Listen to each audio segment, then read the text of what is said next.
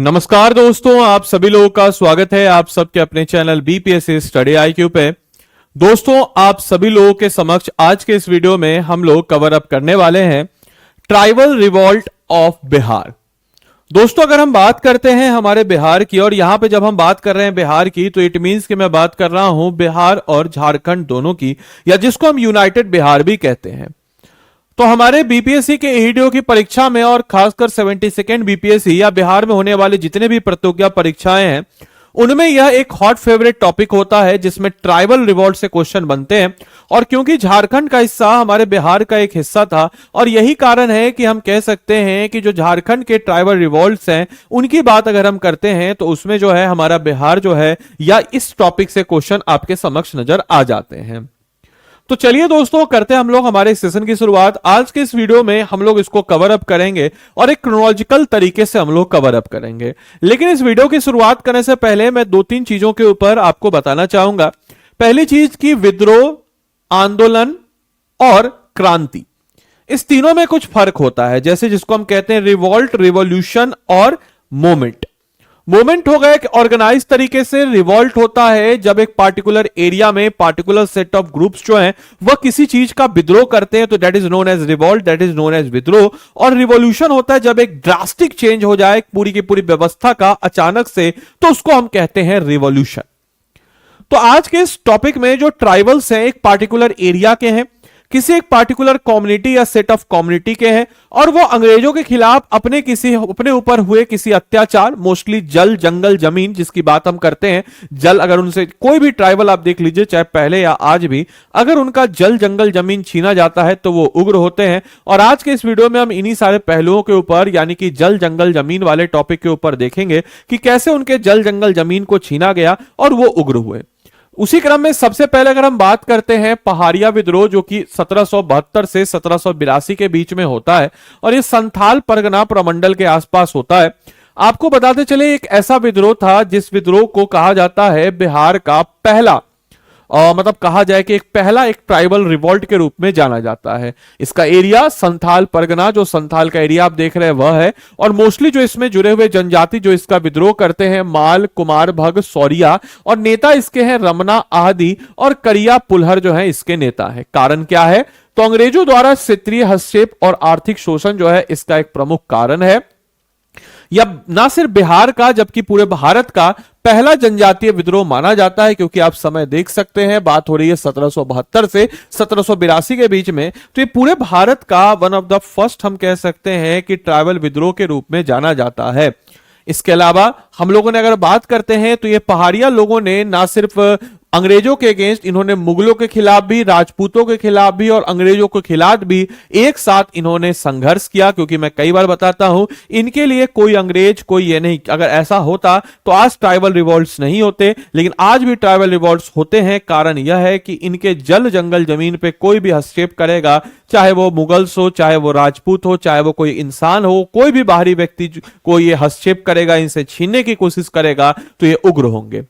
और ऐसा ही कुछ हमें देखने को नजर आया इस दौर में, जहां पे मुगलों, राजपूत और अंग्रेजों तीनों के खिलाफ इन्होंने संघर्ष किया। यह विद्रोह अंग्रेजों के खिलाफ स्वाभिमान और आत्मसम्मान की लड़ाई थी, और यह जनजातीय चेतना का आरंभिक प्रतीक जो है पहाड़िया विद्रोह जो है इसको जाना जाता है, माना जाता है। इसके बाद एक व्यक्ति जिसके बारे में आपको पता हो या ना पता हो, बट आपको पता होना जरूरी है, तिलका मांझी। तिलका मांझी एक ऐसे व्यक्ति हैं जिनके बारे में कहा जाता है कि पहले शहीद ट्राइबल्स के, जिनको अंग्रेजों ने बरगद के पेड़ के नीचे भागलपुर में फांसी लगा दी, और उन्हीं के नाम पे तिलका मांझी विश्वविद्यालय भागलपुर में ओपन अप है। हम बात कर रहे हैं तिलका मांझी, जो आज के प्रेजेंट डे सुल्तानगंज भागलपुर के क्षेत्र के पास के थे। इनके नेता थे तिलका मांझी। कारण था अंग्रेजों का अत्याचार और जनजातीय जो सोवरेनिटी है उसकी रक्षा, यानी कि खुद का जो अपना इनका सिस्टम है उस सिस्टम से रक्षा के लिए ये लड़ पड़े। और आपको बताते चले कि तिलका मांझी ने अंग्रेजी खजाना लूटा और गरीबों में बांट दिया। एक रियल रॉबिन हुड यही है। और अंग्रेज अधिकारी ऑगस्टिन क्लीवलैंड की हत्या कर दी है। क्वेश्चन आपके लिए इंपॉर्टेंट है कि तिलका मांझी ने कौन से अंग्रेज अधिकारी की हत्या की, तो ऑगस्टिन क्लीवलैंड की हत्या इन्होंने की और 1785 में भागलपुर में बरगद के पेड़ के नीचे इनको फांसी दे दी गई और वो भारत के प्रथम शहीद यानी कि पहले शहीद जो है, फर्स्ट मार्टिर जो है ये माने जाते हैं और उन्हें जनजातीय क्रांति के पिता भी कहा जाता है, या जिसको हम कह सकते हैं ट्राइबल रिवॉल्यूशन के जनक के रूप में भी जाने जाते हैं। इसके अलावा आता है तमार विद्रोह 1782 से 1820 में छोटा नागपुर के पठारी क्षेत्र में था। जनजातियों की बात अगर हम करते हैं तो ओरोन, मुंडा ये बेसिकली इसके जनजाति हैं। तमार विद्रोह का ये एरिया आप देख सकते हैं। इनके नेता ठाकुर भोलनाथ। कारण क्या था, तो जमींदारों और डिकियों और गैर आदिवासियों का शोषण। इसका सारांश यह था कि यह विद्रोह जो है भूमि छीने यानी कि देखिए इनका जमीन छीना गया और अत्याचार के खिलाफ था और दुख मांकी, रिंगू, कोंटा जैसे योद्धाओं ने इसमें जो है भाग लिया था। इस चीज के बारे में भी आपको पता होना चाहिए। इसके बाद एक और ट्राइबल रिवॉल्ट जिसको हम कहते हैं चेरो विद्रोह, जिसको हम लोग क्या कहते हैं, चेरो विद्रोह, चेरी नहीं है, चेरो विद्रोह। स्थान क्या था, तो ये पलामू का जो क्षेत्र आप देख रहे हैं ये चेरो विद्रोह का स्थान था। इसके नेता कौन थे, तो इसके नेता जाने जाते हैं भुक्खन सिंह, घनश्याम सिंह। कारण इसका क्या था, तो अधिक लगान और जमीन पर कब्जा जो इनकी नीति है यह इसका प्रमुख कारण था। और इसमें हुआ क्या था, तो ब्रिटिशरों ने धोखे से आंदोलन को दबा दिया और यह पलामू के गौरवपूर्ण संघर्ष में गिना जाने वाला विद्रोह था जिसको हम कहते हैं चेरो विद्रोह। इस चीज को दिमाग में रखना है। इससे जुड़े हुए नेता जिनके बारे में आपको पता होना चाहिए, भुक्खन सिंह और घनश्याम सिंह, जो इससे जुड़े हुए नेता हैं, प्रमुख नेताओं के रूप में जाने जाते हैं। इसके अलावा हो विद्रोह की बात करते हैं, हो रिवॉल्ट की बात करते हैं तो स्थान है सिंहभूम, जनजाति हो। और इसका कारण था राजा जगन्नाथ सिंह, जो कि अंग्रेज समर्थन का अत्याचार। राजा जगन्नाथ सिंह जो इस एरिया के राजा थे हो विद्रोह का, इन्होंने क्या किया, तो अंग्रेज इनको समर्थन करते थे और इन्होंने काफी सारा अत्याचार किया। और इसमें का जो इस रिवॉल्ट को जो क्रश किसने किया, तो कैप्टन विकलिंग्स के द्वारा इस रिवॉल्ट को दबा दिया गया और यह विद्रोह अंग्रेज जमींदारी गठजोड़ के खिलाफ हुआ था। इस चीज को भी दिमाग में रखना है। इसके अलावा कोल विद्रोह इस झारखंड के इस एरिया के स्तर पे बहुत ही बड़े एरिया में, जिसकी बात अगर हम करते हैं तो रांची, पलामू, सिंहभूम, मानभूम, इस पूरे के पूरे एरिया में ये कोल विद्रोह आपको नजर आएगा। जनजाति मुंडा और हो है। नेता अगर बात करते हैं तो बुद्धू भगत। कारण क्या है, तो भूमि हड़पने और सामाजिक उत्पीड़न के विरुद्ध में यह विद्रोह हुआ था। इसके अलावा कोल रिवॉल्ट की बात अगर हम करते हैं तो दक्षिणी पूर्वी सीमांत यानी कि साउथ ईस्टर्न फ्रंटियर एजेंसी की बात अगर हम करते हैं, इसकी स्थापना होती है। मनकी मुंडा प्रणाली को मान्यता मिलती है। इसका असर यह होता है कि अंग्रेज लोग को, मतलब ये पहला इस टाइप का विद्रोह देख सकते हैं जहां पे अंग्रेज लोग को थोड़ा सा बैकफुट पे आ जाते हैं और उनको इस टाइप की चीजें करनी लगती है। और बुद्धू भगत ने अपने प्राणों की यहां पे आहुति दे दी और झारखंड की भूमि चेतना का यह जो क्षेत्र है यह प्रतीक बना कि अपने एरिया के लिए, अपने जमीन के लिए हम लड़ेंगे। इसके बाद हम अगर बात करते हैं तो भूमिज विद्रोह जो कि वीरभूम और सिंहभूम के एरिया में था, इसके नेता थे गंगा नारायण सिंह। ये क्वेश्चन पूछा गया क्वेश्चन है कि भूमिज विद्रोह के जो लीडर थे वो कौन थे, तो गंगा नारायण सिंह भूमिज विद्रोह के लीडर थे। इनका कारण क्या था, तो राजा माधव सिंह और अंग्रेजी अधिकारियों का अत्याचार था। सारांश की बात करते हैं तो गंगा नारायण सिंह ने अंग्रेजों के विरुद्ध डटकर युद्ध किया और यह विद्रोह वीरता और बलिदान का एक प्रतीक के रूप में जाना जाता है। वहीं अगर हम बात करते हैं संथाल विद्रोह या संथाल हुल की, तो यह जो है राजमहल की पहाड़ियों के एरिया में किया जाने वाला विद्रोह था। इसके नेता है सिद्धू कानू, चांद और भैरव। याद रखिएगा संथाल विद्रोह जो है इस प्रकार का व्यापक पहला एक, हम कह सकते हैं ऑर्गेनाइज तो नहीं लेकिन हाँ ऑर्गेनाइज के करीब एक पहले विद्रोह के रूप में जाना जाता है संथाल विद्रोह, जो कि संथालियों के द्वारा, और इनका नारा था हमर राज हमर देश, जो है ये इनका नारा था। और अंग्रेज महाजनों और साहूकार जिसको हम मनी लेंडर्स कहते हैं उनके अगेंस्ट इनका यह विद्रोह था। इसका परिणाम हुआ कि संथाल परगना का गठन और इसे भारत का प्रथम जन आंदोलन यानी कि फर्स्ट मास अपराइजिंग, जिसमें बड़ी संख्या में एक ऑर्गेनाइज के आसपास तरीके से लोगों ने हिस्सा लिया था। सिद्धू कानू, चांद भैरव, दो चार बहुत प्रमुख व्यक्ति, जिसमें सिद्धू कानू की वीरता आज भी झारखंड की लोक कथाओं में गूंजती है। और यह आंदोलन जल जंगल जमीन की पुकार बना। और जो जल जंगल जमीन की बात हम कर रहे हैं और जो हम बात कर रहे हैं जल जंगल जमीन जिससे आदिवासी मूल रूप से जुड़े हुए हैं या उनकी परिकल्पना की बात चलता है। इसके बाद हम अगर बात करते हैं सरदारी आंदोलन, तो इसका क्षेत्र था छोटा नागपुर। इसके नेता अगर बात करते हैं तो मुंडा सरदार इसके नेता थे। कारण क्या था, तो सामूहिक भूमि अधिकार छीने जाने के विरोध में यह था। ऑब्वियस सी बात है कि जमीन से छीना जा रहा है। इसका परिणाम हुआ कि छोटा नागपुर भू स्वामित्व अधिनियम 1869 पारित हुआ और यह आंदोलन जो है भूमि की पुनः प्राप्ति और आत्मसम्मान का एक प्रतीक के रूप में उभरता है। इसके बाद हम अगर बात करते हैं तो खेरवार जिसकी बात हम करते हैं, या फिर सफाहोर जो कि 1870 से 74 के बीच में होता है, और यह भी संथाल परगना के पास होता है। इसके नेता थे भागीरथ मांझी। याद रखिएगा इस नाम को भी। धार्मिक शुद्धि यानी कि देखिए ट्राइबल्स के अंदर भी अगर हम बात करते हैं तो ट्राइबल्स शराब ना पिए, अच्छा कहें, रोग का स्वच्छता की तरफ रखें। तो एक जो है हम कह सकते हैं कि एक रिफॉर्मिस्ट के रूप में भी यह जाना जाता है, और एक केसरवाद यानी कि एक ही भगवान को मानना और अंग्रेज विरोधी इनका मेन कॉन्सेप्ट था। इनका नारा था सफाहोर बनो शुद्ध बनो, यानी कि एक सोशल रिफॉर्म ये विद्रोह के रूप में भी जाना जाता है। भागीरथ मांझी ने एक ईश्वर का संदेश दिया और उन्होंने मांस मदिरा यानी कि मांस को त्यागिए, मदिरा को त्यागिए, हमेशा सत्य बोलिए, सुचिता और आत्मबल पर बल देने की बात कही। इसके बाद बिरसा मुंडा आंदोलन, जो कि एकदम समझिए कि आज भी अगर कहीं पे भी कोई ट्राइबल का प्रोटेस्ट होता है तो वहां पे बिरसा मुंडा की तस्वीर, जैसे किसी भी दलित प्रोटेस्ट में आप जाइएगा तो अंबेडकर जी की तस्वीर है। तो जैसे कोई भी पिछड़ा वर्ग है उसके लिए अंबेडकर जी एक महान के रूप में जाने जाते, पूरे देश के लिए जाने जाते हैं, बट अंबेडकर जी उनके लिए बहुत एक विशेष आस्था रखते हैं उनके लिए। वैसे ही ट्राइबल्स के लिए वो आस्था, वो जो स्थान है वो रखने वाले बिरसा मुंडा। इनका क्षेत्र अगर हम बात करते हैं तो छोटा नागपुर का क्षेत्र था। बिरसा मुंडा जिसको धरती आबा भी हम कह रहे हैं, कारण क्या था? तो जमींदारी प्रथा, मिशनरी गतिविधियों के कारण उनका धर्मांतरण, आसपास के एरिया का भूमि शोषण। नारा इनका क्या था? अबुआ अबुआ डिशुम अबुआ राज, हमारा देश हमारा राज। याद रखिएगा ये इनका कॉन्सेप्ट था। और कहा जाता है यहीं से प्रेरित होकर के झारखंड की डिमांड के लिए पार्टी भी बनती है और आगे जाकर के झारखंड अलग हुआ, और इसीलिए झारखंड 15 नवंबर 2000 का दिन चुना गया, क्योंकि 15 नवंबर बिरसा मुंडा का भी जन्मदिन के रूप में मनाया जाता है। इसके अलावा दोस्तों अगर हम बात करते हैं, इसका परिणाम हुआ छोटा नागपुर कष्टकारी अधिनियम 1908 लागू होता है, और जनजातीय भूमि की रक्षा, जल जंगल जमीन का अधिकार सुनिश्चित होता है। और बिरसा मुंडा ने आदिवासियों को आत्मबल, धर्म और अधिकारियों के लिए जगाया, और वो आज भी धरती आबा, पृथ्वी के पिता के रूप में इस पूरे के पूरे पार्टिकुलर एरिया में पूजे जाते हैं।